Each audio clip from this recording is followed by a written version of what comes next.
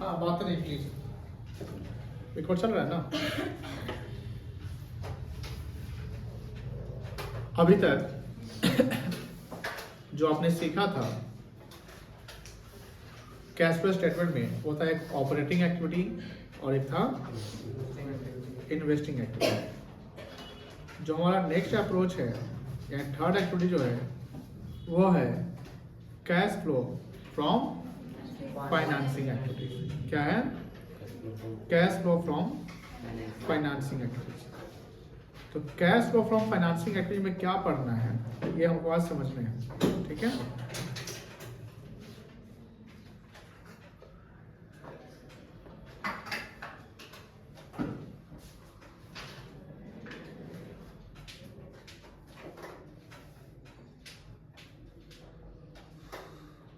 ये क्या हो गया?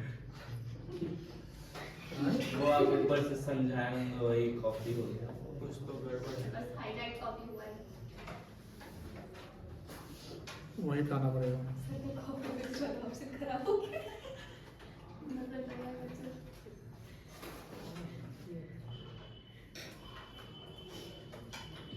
छोड़िए यहाँ पे आ cash flow from financing activity. Financing का मतलब क्या होता है? जब क्लास शुरू हुआ था इस चैप्टर, मतलब ये चैप्टर शुरू हुआ था तो उसमें बताया था फाइनेंसिंग का मतलब होता है raising of fund to run the business. Fund को रेज करना ही फाइनेंसिंग कहलाता है। अब एक कंपनी फंड को रेज कैसे करती है? आप फाइनेंशियल स्टेटमेंट पढ़े होंगे तो फाइनेंशियल स्टेटमेंट में आपने देखा होगा कंपनी का एक इक्विटी होता है। इक्विटी में शेयरहोल्डर्स फंड आते हैं। क्या आते हैं? तो शेयरहोल्डर फंड में शेयर कैपिटल आता है, रिजर्व एंड सरप्लस आता है। तो रिजर्व एंड सरप्लस में कुछ ऐसे रिजर्व होते हैं जो रेवेन्यू रिजर्व यानी प्रॉफिट वाले पार्ट होते हैं, जैसे जनरल रिजर्व हो गया, और कुछ ऐसे रिजर्व होते हैं जो कैपिटल वाले पार्ट होते हैं, जिसको कैपिटल रिजर्व कहते हैं। लेकिन इसके अलावा भी एक और कैपिटल रिजर्व टाइप का आइटम होता है जिसको कैपिटल रिजर्व तो नहीं बोलते हैं, बट वो कैपिटल प्रॉफिट का पार्ट होता है जिसको बोलते हैं सिक्योरिटी प्रीमियम। तो जो शेयर्स होता है और या सिक्योरिटी प्रीमियम होता है वो कहीं ना कहीं फंड को रेज करने का काम करता है। सिक्योरिटी प्रीमियम कब क्रिएट होता है? जब हम शेयर को इशू करते हैं प्रीमियम पे तब। और शेयर इशू करने का मकसद होता है कि फंड को रेज करना। शेयरहोल्डर्स फंड के अलावा एक और जो आइटम होता है जिसको बोलते हैं non current liability. Current liability नहीं, नॉन करेंट लायबिलिटी। तो शेयरहोल्डर्स फंड में अगर आप नॉन करेंट लायबिलिटी जोड़ते हैं तो बनता है कैपिटल एम्प्लॉयड। क्या बनता है? तो कैपिटल एम्प्लॉयड का मतलब हुआ जो पैसा फाइनेंस किया हुआ पैसा, हमने पूंजी जो मेरे पास उसको हम काम पे लगाए हुए हैं। तो cash flow from financing activity ध्यान रखिएगा, जनरली क्या आएगा कि सर जो फंड हम रेज कर रहे हैं, फंड रेज कर रहे हैं वो मेरे लिए इनफ्लो होगा, और उसी फंड जो हम रेज किए तो कहीं ना कहीं उसको हम बाद में पेमेंट करेंगे तो मेरे लिए क्या होगा? आउटफ्लो हो गया। कोई दिक्कत नहीं है। तो यहाँ फंड रेज करने की क्या क्या कहानी है, क्या क्या सोर्स होंगे फंड रेज करने के? तो पहला है proceeds from issue of equity share. यहाँ पर लिखा हुआ इशू। अगर सेल ऑफ शेयर रहेगा तो यहाँ नहीं आएगा, वो आ जाएगा इन्वेस्टमेंट में। शेयर को सेल करना मतलब आपके पास शेयर है वो आप सेल कर रहे हैं, और शेयर को इशू करना मतलब कि आप फंड रेज कर रहे हैं, आप किसी को ओनर बना रहे हैं, ठीक है। उसी में आप proceed from issue of preferential, proceed from issue of debentures, bank loan taken, increase in the bank overdraft. Bihar board वाले के लिए बैंक ओवरड्राफ्ट करंट लायबिलिटी का पार्ट हो गया है, लेकिन यहाँ बैंक ओवरड्राफ्ट अगर इंक्रीज करता है तो फंड आप रेज करते हैं तो ये आपका फाइनेंस का पार्ट रहेगा। और सिक्योरिटी प्रीमियम जो रिसीव करते हो तो these are the inflow, these are the inflow. Outflow फिर सर क्या होगा? डिबेंचर का हम रीपेमेंट करते हैं, इसको रिडम्पशन कहते हैं। प्रेफरेंशियल का रिडम्पशन करते हैं। शेयर्स का हम बाईबैक करते हैं। बाईबैक का मतलब कंपनी अपना ही शेयर खरीद रही है, यहाँ पे पैसा आउटफ्लो होता है। Repayment of loan, decrease in bank overdraft, dividend paid, interest paid, ये सब आउटफ्लो है।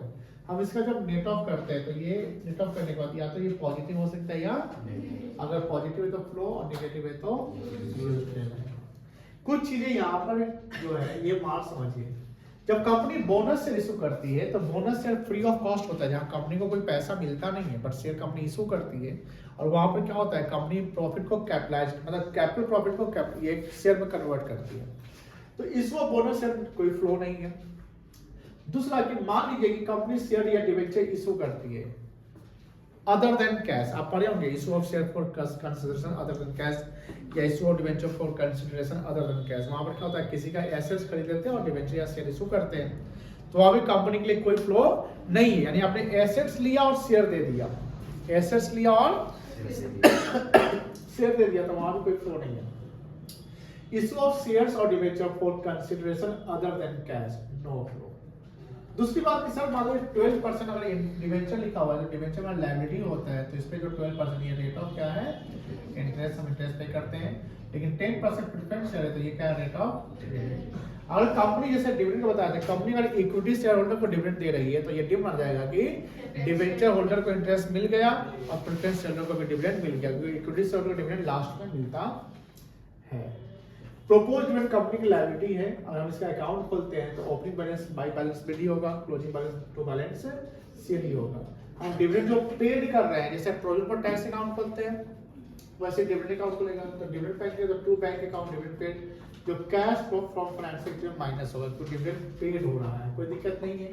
और जब इसका टोटल लगा के हम ये माइनस करेंगे, बैलेंस शीट का जो बाय एसपी रहेगा, डिविडेंड प्रपोज हुआ जो कैश फ्लो फ्रॉम ऑपरेटिंग में क्या हो जाएगा, प्लस हो जाएगा, कोई दिक्कत नहीं। जैसे प्रोविजन और टैक्स अकाउंट खोलते हैं, यहाँ तक कोई दिक्कत नहीं है। इसके बाद है ये कैश फ्लो स्टेटमेंट, ये हम अभी डिस्कस नहीं करेंगे, हम कैश फ्लो फ्रॉम फाइनेंसिंग पे ही कुछ सवाल को करेंगे, देन बनाएंगे, कोई दिक्कत नहीं।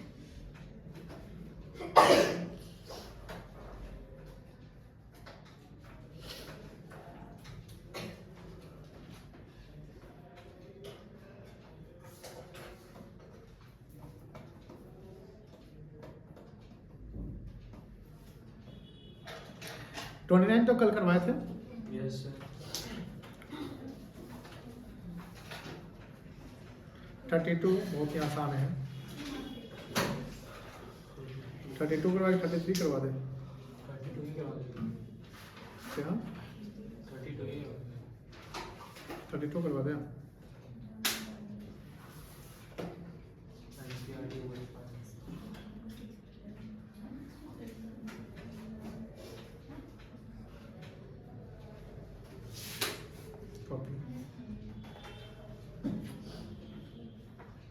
एनसीईआरटी में सवाल पूछे गए थे। यस।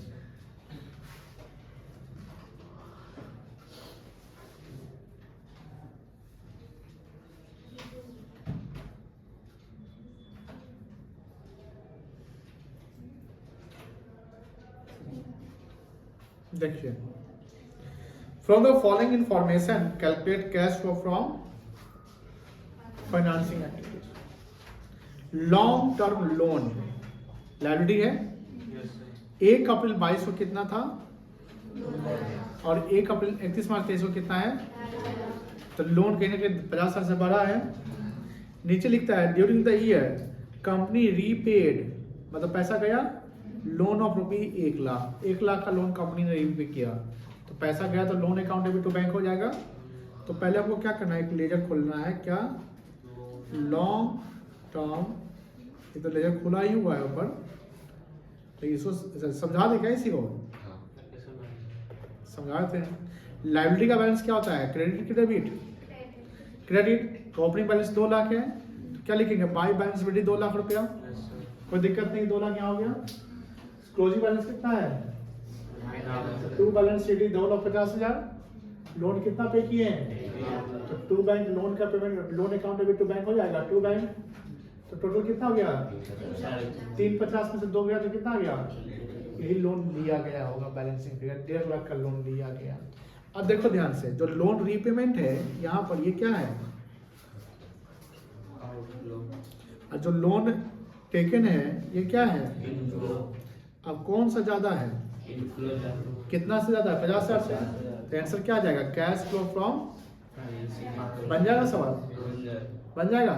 क्या लिखेंगे, loan taken 1.5 lakh, loan repaid 1 lakh, net 50,000, cash flow from financing activities. ठीक है, लोन अकाउंट खोल के पहले लोन अकाउंट खोलेंगे देन बनाएंगे।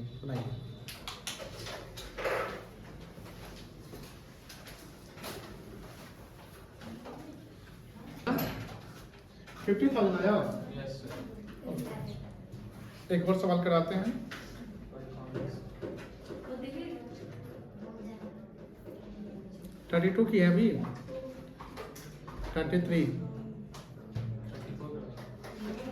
33 कर लो ना।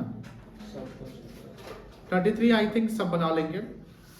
33 हम समझाते हैं, ठीक है ना? आप लोग बनाइएगा। देखिए, from the following information calculate cash flow from financing activities. यहाँ पर देखो, इसके अलावा एक इंफॉर्मेशन है, इंटरेस्ट पेड लिखा हुआ है। क्या है? आउटफ्लो की इनफ्लो है।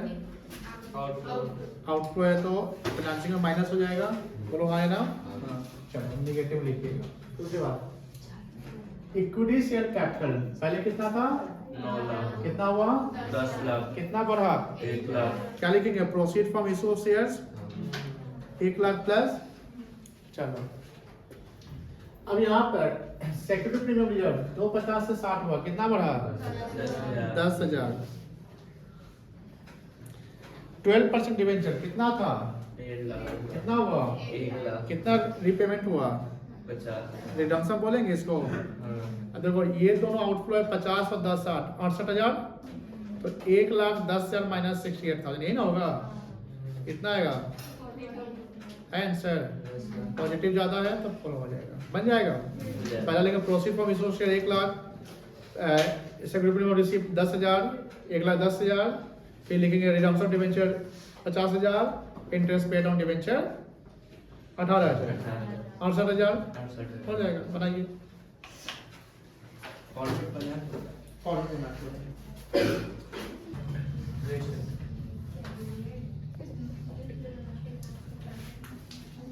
चलो 34 देखो।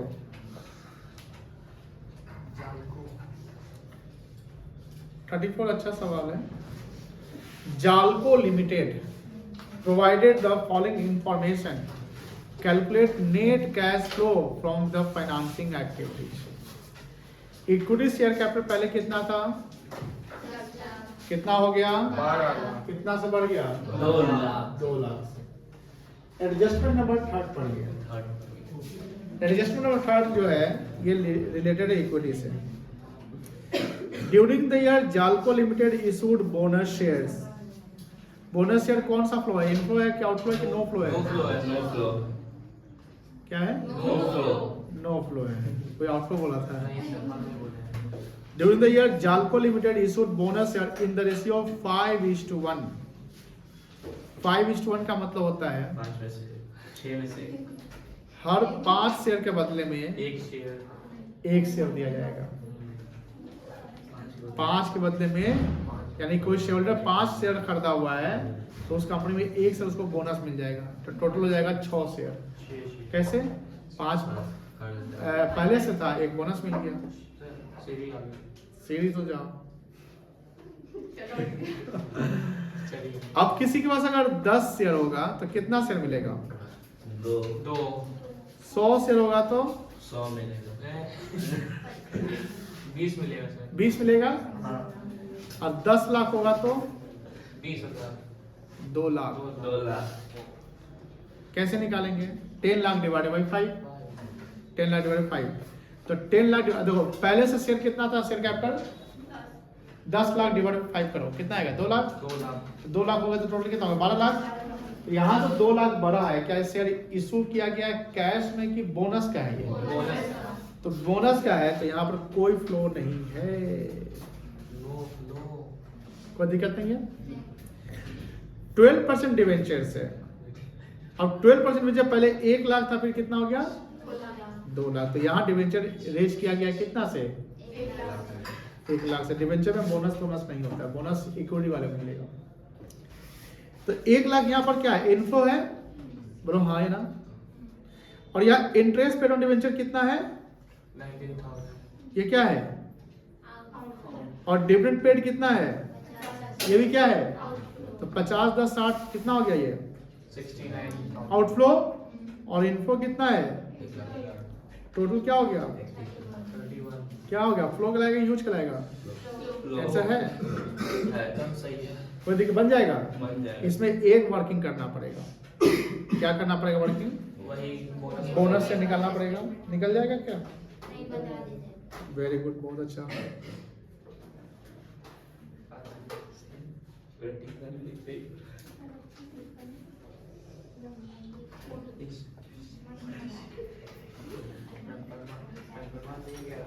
मशीन लगा लीजिए। ए चंदन, ये चलने में लगता है फिर नहीं आएगा। ले अरे shit, ये क्या हो गया? पूरा माइनस हुआ। हाँ, अब आएगा, रुको ना तुम, इसको डिलीट करना है। 6 तारीख का ये हुआ ना, इतना बड़ा कॉपी हो गया, बाद में याद करेंगे। कॉपी इमेज, ये ऐसे होगा। देखते हैं अब आता है क्या। मेरा कहीं दो लाइन नहीं आया। छोड़िए ना सर, आप लिख दीजिए ना, टाइम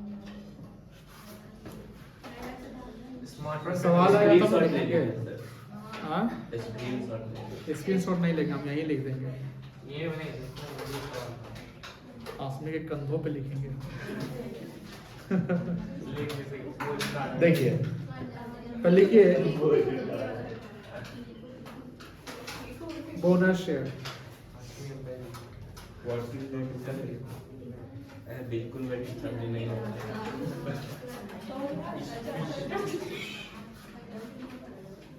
10 लाख इंटू 1/5 कितना आएगा? 2 लाख आ जाएगा।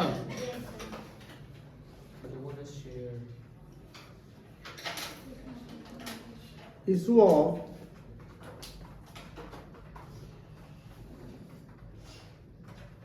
bonus share is no flow of cash and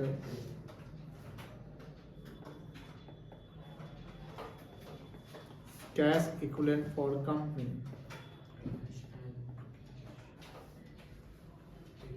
अब बन जाएगा।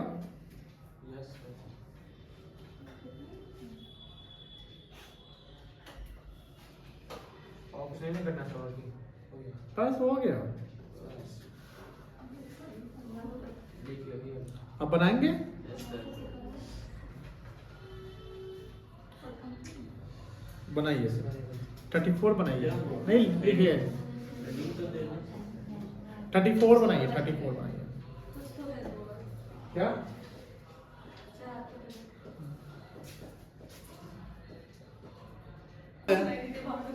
आखिरी सवाल है सर, इसी पर सवाल आखिरी है? चलो 35। अच्छा सवाल है 35। अच्छा सर 35 लगता है कि हमको बनाना पड़ेगा। बनाए इसका कॉपी होगा कि नहीं होगा? क्यों नहीं बना कॉपी सर? ये जो है ना सैयद का किताब, पावरफुल किताब है कॉपी इस बार हो जाएगा पक्का, गारंटी। देख कर दे दो, 7 करोगे नहीं होगा तो आज का क्लास यहीं को हो जाएगा। 7 करोगे हो गया। बस ये लगा लिया जाए। प्रमाण देंगे देखिए बउआ, सवाल अच्छा है, इसको एक एक पॉइंट को बताना पड़ेगा, बना तो ले वही यहाँ। From the following extract of balance sheet. Extract का मतलब क्या होता है? मतलब वहां से हमने एक्सट्रैक्ट क्या निकाला, तो बैलेंस शीट का ये इन्फॉर्मेशन, एक कंप्लीट बैलेंस शीट नहीं है। आप जानते होंगे एक्सट्रैक्ट बैलेंस शीट क्या होता है, बहुत बार पढ़ाए हुए हैं, एक्सपर्ट बना दिया आपको कि एक्सट्रैक्ट बैलेंस शीट और बैलेंस शीट दोनों सेम नहीं होते हैं। Calculate cash flow from financing activities. यहाँ पर जो इक्विटी शेयर कैपिटल है वो 4 लाख रुपया था और कितना हो गया? 25। चेक करिए, बोनस का इन्फॉर्मेशन दिया हुआ है, नहीं दिया हुआ है? लेकिन एडजस्टमेंट नंबर 1 ये दिया हुआ है कि जो शेयर इशू किया गया था वो 31 मार्च 2023 को किया गया था, मतलब एंड में किया गया था। तो जो शेयर इशू कितने का किया गया था? 1,25,000 1,25,000 का कैसे पता चला सर? क्योंकि पिछले साल 4 लाख था, अब हो गया 5,25,000, तो 1,25,000 का शेयर इशू किया गया, वो इन्फ्लो है आपके लिए। अब बात ये हो रही है कि सर 4 लाख जो शेयर कैपिटल है ये तो पूरे साल में रहा ना, साल के अंत में इशू कर रहे हैं। अब सर आप अपना कॉन्सेप्ट लगाइए, आप अपना सेंस लगाइए कि सर अगर शेयर होल्डर को डिविडेंड देने की बात होती है, अगर मान लो 5% देना है, 10% देना है, जो भी देना है, तो किस अमाउंट पर देना चाहिए? कहते किस अमाउंट पर दिया जाएगा? 4 लाख वाले पे कि 5,25 पे? 4 लाख वाले पे 1,25 तो अभी ना बना, तो उसको प्रॉफिट का थोड़ी हिस्सा मिलेगा। प्रॉफिट का हिस्सा किसको मिलता है? जो बिजनेस में रहता है। ठीक है, अब देखिए सर ऐसा बात आप क्यों बोले? क्योंकि एडजस्टमेंट नंबर 2 मेरे बात को इसने लिख दिया है। बोलेगा सर ऐसा थोड़ी हो सकता है, उसके लिखे हुए बातों को आपने बता दिया है, ये हो सकता है। कुछ भी हो, कुछ हो, बात समझ में आया? बात तो एक क्या लिखता है? Interim dividend on equity shares paid at the rate of, और यहाँ वर्ड क्या लिखा? पेड। इंटरिम डिविडेंड अनाउंस और पेड सेम ईयर में होता है, तो यहाँ पर डिविडेंड पेड निकल जाएगा। निकल जाएगा। समझ लिए ना? तो ये आसान हो जाएगा, जितना आसान से। डिविडेंड तो ऑपरेटिंग का ना पार्ट है, तो ऑपरेटिंग में नॉन ऑपरेटिंग आइटम है ना वो, तो वहां पर प्लस करते थे, यहाँ क्या करेंगे? माइनस करेंगे। कितना? 15%। कितना आएगा? 60। इतने आसानी से हम समझा रहे हैं कि कैश फ्लो आपको अभी तक आप लोगों को अच्छा लगा है, अच्छा लगा। लेकिन आप बहुत सारे फ्रेंड से पूछेंगे कैश फ्लो का स्थिति क्या है तुम्हारा, तो बोलेगा भाई रे मत पूछ। क्या बोलेगा? भाई रे मत पूछ। और आप लोगों को बोलेगे स्टूडेंट लोग बहन मत पूछो। बहुत परेशानी है, बहुत परेशानी है कैश फ्लो में। इधर जोड़ना है, उधर घटाना है, इधर करना है, उधर ऑपरेटिंग का दिमाग खराब कर देता है। Net profit before tax and extraordinary item, operating profit before working capital changes, अब क्या होता है समझ में नहीं आता है। सर पढ़ा दिए। तो बात यह है कि आपने पूरा क्लास अगर यहाँ पे किया है तो आपको दिक्कत नहीं होगी। और यहाँ हम आपको कॉन्सेप्ट बता रहे हैं कि कैसे क्यों हो रहा है। कुछ इन्फॉर्मेशन नहीं होते हुए आपको मानना पड़ेगा हाँ ये होना है। जैसे यहाँ पर क्या प्रेफरेंस से को डिविडेंड दिया गया है, लिखा हुआ कहीं पे? कहाँ लिखा हुआ है? उधर प्रीमियम रिडीम हुआ है, उधर शेयरहोल्डर का पैसा वापस कर दिया, रीपेमेंट कर रहे हैं ना, डिविडेंड तो अलग है। तो प्रेफरेंस वाले अब बताइए क्या प्रेफरेंस शेयरहोल्डर को डिविडेंड दिया गया है कि नहीं दिया गया है? दिया गया है। ये कैसे बोल दी? तो दिखा ही नहीं कहीं पे। दिया गया है। क्योंकि सर याद है हमको वो दिन जिसे आप पढ़ाए थे और कंपनी लोगों की बातें याद है कि अगर इक्विटी वाले को मिल रहा है तो प्रेफरेंस में मिलेगा। घर का अगर बड़ा लोग खा रहा है तो छोटा बच्चा खा लिया है। अरे डिम तो एज्यूम मानो उस घर में छोटा बच्चा भी है, समझ गए ना? तो यहाँ पर अब बताइए, अब थर्ड पॉइंट पढ़िए, और थर्ड पॉइंट से पहले ऊपर बैलेंस शीट का सेकंड पॉइंट पढ़िए। क्या लिखा हुआ है? 10% प्रेफरेंशियल कैपिटल। अब 10% प्रेफरेंशियल कैपिटल पहले कितना था? 5, अब कितना हो गया? 4। तो सर यहाँ पर ना कहीं लगता है रिडम्पशन हुआ है। क्या हुआ है? रिडम्पशन हुआ है। कितने का रिडम्पशन हुआ है?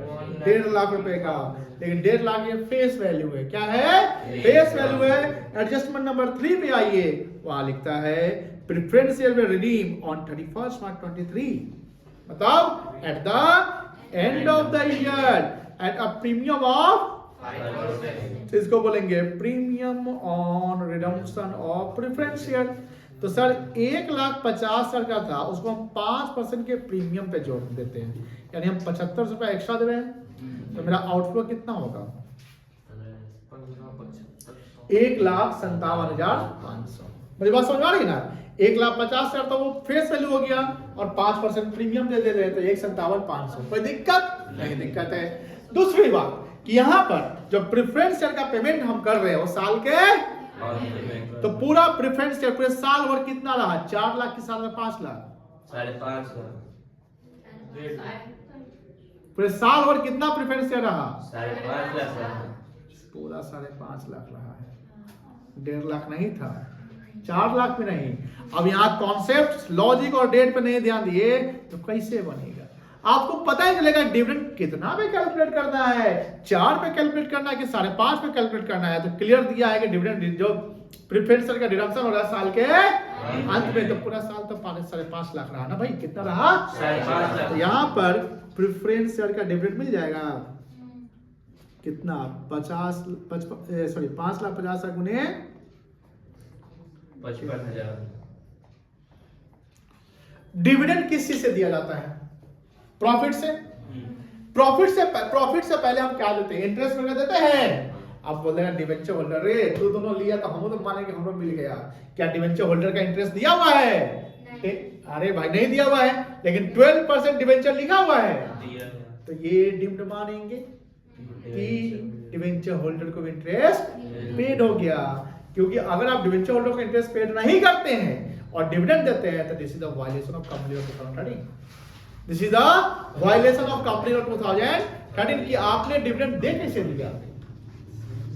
जब कंपनी डिविडेंड डिक्लेयर करती है तो कंपनी को डिफॉल्टर नहीं होना है, डिफॉल्ट नहीं करेगी। कहां पे? टैक्स पेमेंट में और इंटरेस्ट पेमेंट में। आपने इंटरेस्ट पे कर दिया, पूरा टैक्स पेमेंट कर दिया, अब जाइए डिविडेंड दीजिए। Dividend the part of profit, और प्रॉफिट से पहले इंटरेस्ट और टैक्स देने पड़ते हैं। अब यहां बात है सर, चौथा एडजस्टमेंट भी लोचा है। डिवेंचर्स का वैल्यू देखिए यहां पर, पहले कितना था? 3 लाख। अब कितना हो गया? 4 लाख। अब बात है कि डिवेंचर इशू किया गया कितने का? 1 लाख। 1 लाख का इशू किया गया, तो ये इनफ्लो है। अब बात है सर इशू किया कब गया? इंटरेस्ट अब निकलेगा कब? चौथा नंबर पॉइंट पर ये डिवेंचर इशू कब हुआ? अब बताइए इंटरेस्ट कितना बार निकलेगा? 3 लाख। 3 लाख पे। सवाल आसान हो गया? सवाल आसान नहीं था, नहीं था। एग्जाम में आता तो आपका पसीना निकल जाता ठंडा में भी। ठंडा में पसीना किसको आता पता है? जब फ्रस्ट्रेटेड होता है, घबराया होता है, या किसी का झूठ पकड़ा जाता है। बात समझ में आ रही है? या एग्जाम हॉल में जब सवाल बन नहीं रहे हैं और दूसरा कोई बना रहा है तो पसीना निकल जाता है। चलिए लिखो, पहले तो यहाँ पर लिखो points of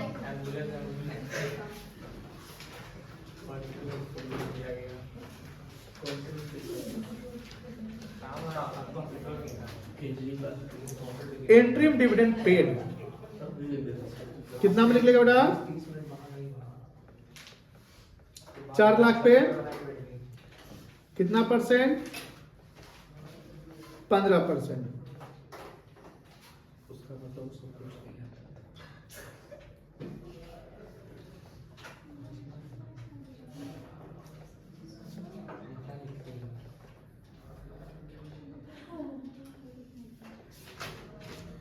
preference dividend paid कितना पे? 5,50,000 पे कितना आएगा?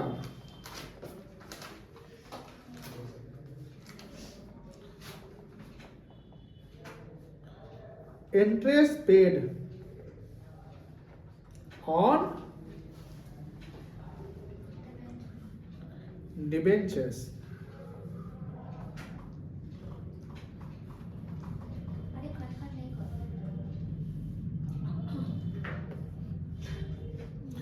कितना में निकलेगा? सॉरी 3 लाख ना?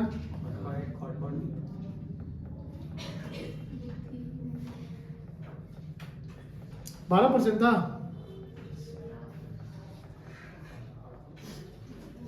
36 और कुछ निकालना है? हाँ,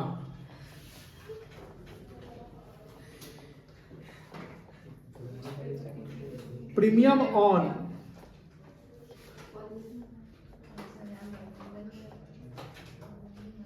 redemption of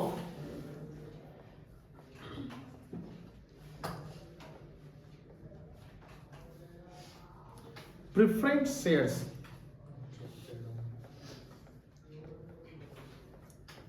एक 1,50,000 into 5% 7,500 since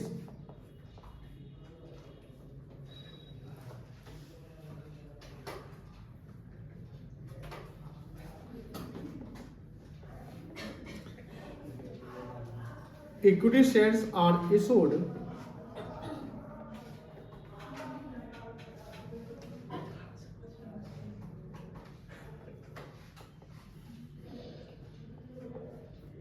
preference shares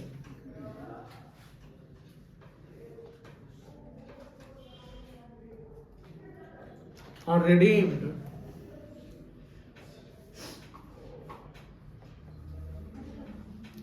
debentures are issued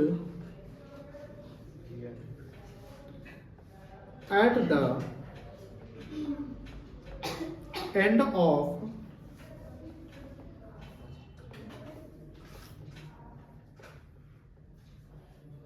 financial year.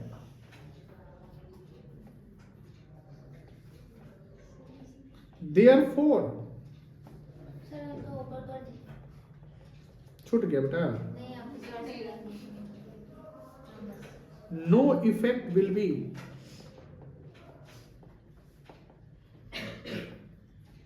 taken for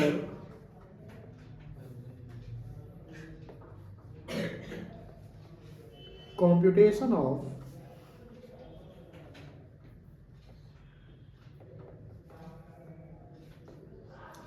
dividend and interest. Next point all. Since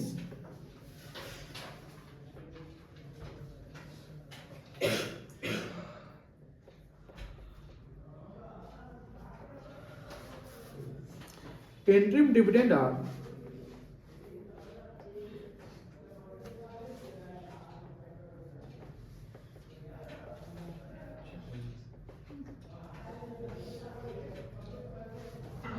paid to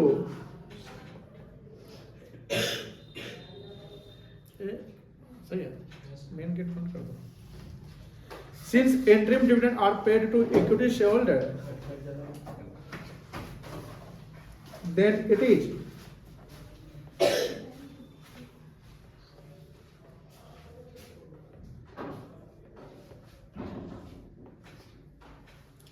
deemed to assume that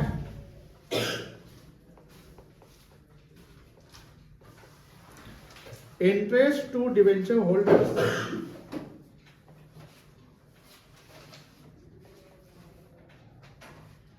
and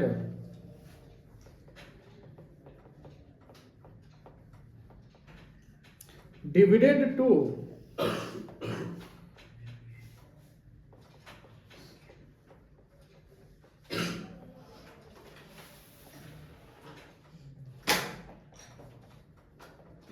preference shareholders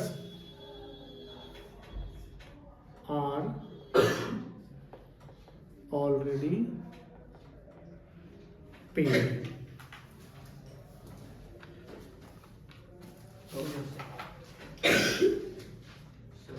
वो नहीं अभी लिखे ना इसको. एग्जाम में तो लिखना पड़ेगा। लिखो पुराना.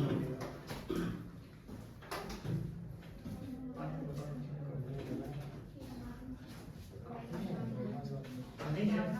जय हिंद. हेलो.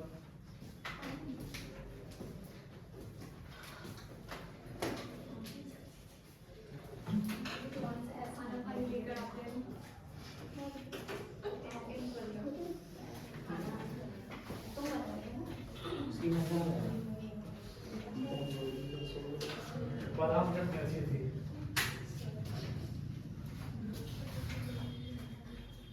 चले आगे. क्या रहे सैयद? सब बढ़िया है। सांस को ले रहा हूँ। थोड़ा ज्यादा चले आगे हो गया. यस बनाया जाए. अब तो बना लेंगे लगता है. बन जाएगा. अब बना दी सर। बना दीजिए सर, बना दे. बोल रहे हैं। बोल. सबसे पहले proceed from issue of share. अच्छा हेडिंग लिखो पहले. Cash flow from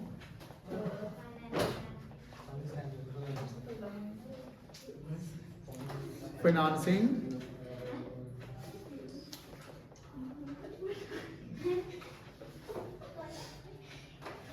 activity.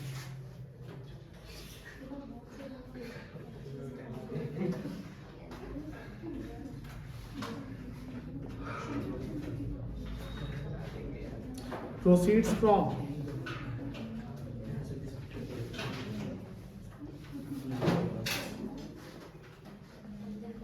Issue of shares. कितना शेयर इशू हुआ था? 1 लाख का, 1,25,000।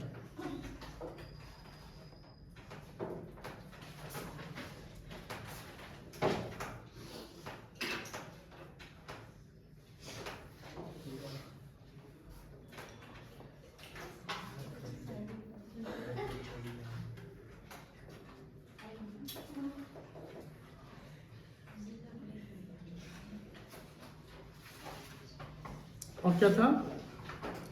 Proceeds from issue of debenture था। कितने का डिवेंचर इशू किया गया था?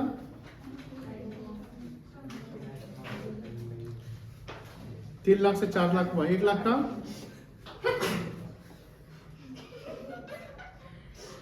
और कुछ था? नहीं था ना? अब लिखो रिडेम्पशन ऑफ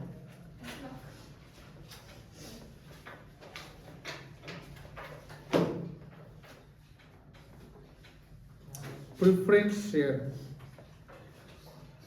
कितना आएगा? 1,50,000 प्लस 7,500, 1,57,500। नेगेटिव आ जाएगा।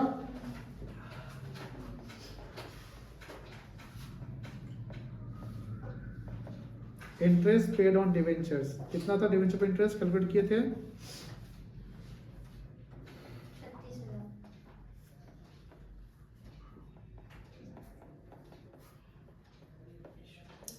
Dividend paid on preference share. कितना था? वर्किंग पे किए होंगे ना dividend paid on preference share.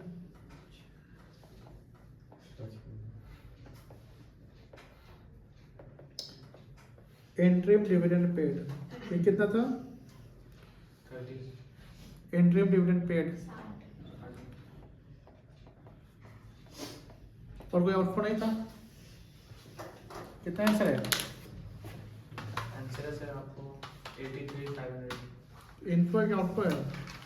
Outflow Outflow as used in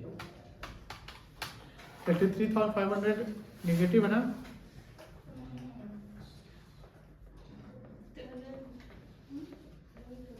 क्या लिखेंगे इसको? Cash used.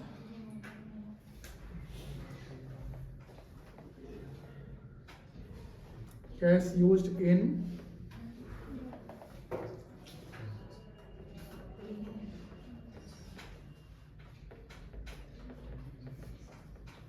Financing. Note down कर लीजिए, बन गया। और इसके बाद हम लोग छोड़ देते हैं यहीं पे। कैश फ्लो में कल पढ़ते हैं, ठीक है ना? Sir investing